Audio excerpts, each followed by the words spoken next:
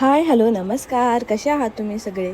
तर मी आजपासून नवरात्री सिरीज चालू करणार होते. त्यामुळं मी जे ड्रेस माझ्याकडे अवेलेबल आहेत ते सगळे ड्रेसवर शूट करणार होते. पण एका दिवशी सगळे शूट नाही होणार, त्यामुळे माझ्याकडे फर्स्ट डेचा आउटफिट अवेलेबल नव्हता. त्यामुळे मी डायरेक्ट फिफ्थ डेचा आउटफिट म्हणजे जो व्हाईट कलर आहे तो अवेलेबल होता, तर त्या ड्रेसवर मी शूट केलं. तर मी पुढं थोडंसं दाखवेनच व्हिडिओ. आणि मग काय दिवसभर काम होती घरातली, तर आईने आज सगळं मला सांगितलेलं काम करायला की काय काय करायचं आहे हे ते वगैरे. तर जेवण बनवलं मी थोडंफार. मी इंस्टाग्रामला आस्क मी समथिंगचं काही टाकलं होतं, तर त्यात मला असे क्वेश्चन्स आले होते की तुमच्या रील्स बनवण्याचे टेक्निक्स सांगा आणि ट्रायपॉड कोणता यूज करते. तर ट्रायपॉड मी फक्त मला येतं का ब्लॉगिंग करता वगैरे, तर ते बघण्यासाठी मी एकदम स्वस्तातला म्हणजे 200 का 250 रुपयाचा ट्रायपॉड मागितला होता. आणि तो खरंच खूप मला हेल्प केला आणि त्यामुळे खूप व्हिडिओ असे स्टेबल व्हिडिओज होतात आणि खूप छान होतात, त्यामुळे मी तो घेतला.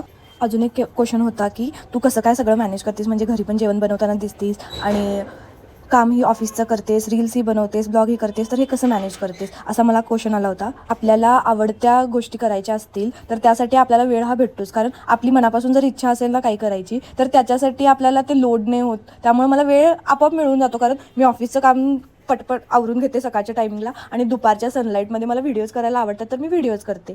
तर असं काही मॅनेज करत असते. कधी कधी सॅटर्डे संडे जास्त व्हिडिओज करून ठेवते, म्हणजे मला सॅटर्डे संडे सुट्टी असते, त्यामुळे मला त्यावेळी जास्त वेळ मिळतो. तर असं काही मॅनेज करत असेल. मी रोज जेवण बनवत नाही, माझी आई बनवते आणि आठवड्यातनं 2-3 वेळा तर जेवण बनवते मी. असं रोजच कंटिन्यू बनवते असं काही नसतं. मला जेव्हा लोड असतो कामाचा तेव्हा माझी आई बनवते.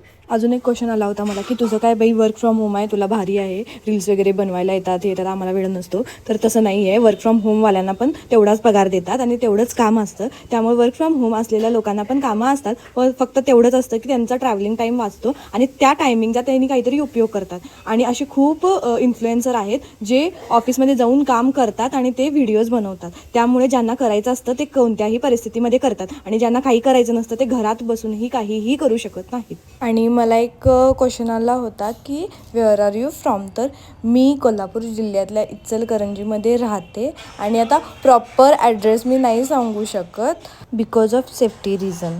तर मला असं एक सजेशन आलं होतं की तू रील्स आणि जे ब्लॉग बनवते तर त्याचं तू ChatGPTवरून स्क्रिप्ट घेऊ शकतेस किंवा ChatGPTवरून टॉपिक सर्च करून घेऊ शकतेस. तर हो, मी ChatGPTवरून थोडंफार घेते, पण मला टॉपिक त्यावर काय मिळतील मला नाही माहिती आणि ते मला जमतील की नाही त्याचा पण मला कॉन्फिडन्स कमी आहे. पण मी नक्की हे ट्राय करेन आणि थँक्यू सो मच तुम्ही हा चांगला सजेशन दिल्याबद्दल. तर एवढे क्वेश्चन्स मी पिक केले होते जे मला खरोखर त्याचे आन्सर्स द्यावे वाटले.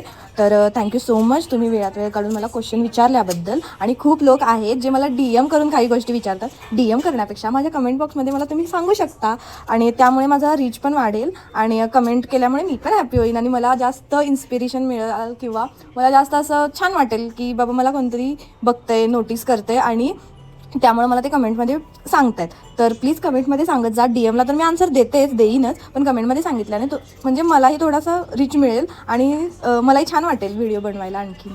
तर आम्ही गेलो होतो संध्याकाळी साड्यांच्या दुकानामध्ये. मम्मीला काही साड्या घेतल्या आणि ह्या 3 साड्या मी नेसून बघितल्या. ह्यामधल्या कुठल्या मी घेतल्या असेल हे तुम्हाला मी जेव्हा गेट रेडी विथ मी किंवा कोणताही व्हिडिओ बनवेल त्यावेळी हे दाखवेनच तुम्हाला की कोणत्या कोणत्या साड्या मी त्यावेळी घेतल्या होत्या. तर साड्या घेऊन झाल्या, खूप छान होत्या, डिस्काउंटमध्ये होत्या, लवकर घेतल्या कारण दिवाळीमध्ये ह्याच साड्यांचे डबल रेट लागलेले असतात, त्यामुळे लवकर घेऊन टाकल्या. आणि जाता जाता मम्मीला आवडली म्हणून आम्ही गेलो आत. त्यामुळं तिथला स्टाफही इतका मस्त होता, चांगला होता. त्यांनी मला चहा ऑफर केला. मी खुश झाले कारण माझं डोकं इतकं दुखत होतं आणि बरोबर त्यांनी मला म्हटलं मॅडम तुम्ही चहा पिणार का. तर मी नाही म्हटलंच नाही, द्या म्हटलं. मी लगेच चहा पिले, मस्त वाटलं मला. आणि चहासाठी निकिता नाही म्हणेल असं होऊच शकत नाही. आम्ही गेलो होतो दुसऱ्याच गोष्टीसाठी, म्हणजे आम्हाला बाहेर काहीतरी खायचं होतं, खूप दिवस त्याला खाल्ले नाही असं मला वाटत होतं. माझ्या आईला मी कुठं घेऊन गेले नव्हते, तर माझ्या बहिणीची फ्रेंड पण आमच्यासोबत आली आणि मग आम्ही चला बोलू की जाऊया कुठंतरी खायला. तर ते खायच्या आधीच आम्ही साडीची शॉपिंग केली. तर साड्या घेतल्या मी आणि मम्मीलाही खूप आवडल्या. मग नंतर भूक लागली शॉपिंग करून, तर तिथेच आम्ही एका कॅफेमध्ये गेलो होतो आणि तिथे सँडविच, मोमोज, मम्मीसाठी कोल्ड कॉफी घेतली. मम्मीला कोल्ड कॉफी खूप आवडते. आणि हा व्हिडिओ इथेपर्यंत बघितला, शेवटपर्यंत बघितला त्यासाठी थँक्यू सो मच. आणि प्लीज मला कमेंटमध्ये काहीतरी सांगा, लाईक करा, शेअर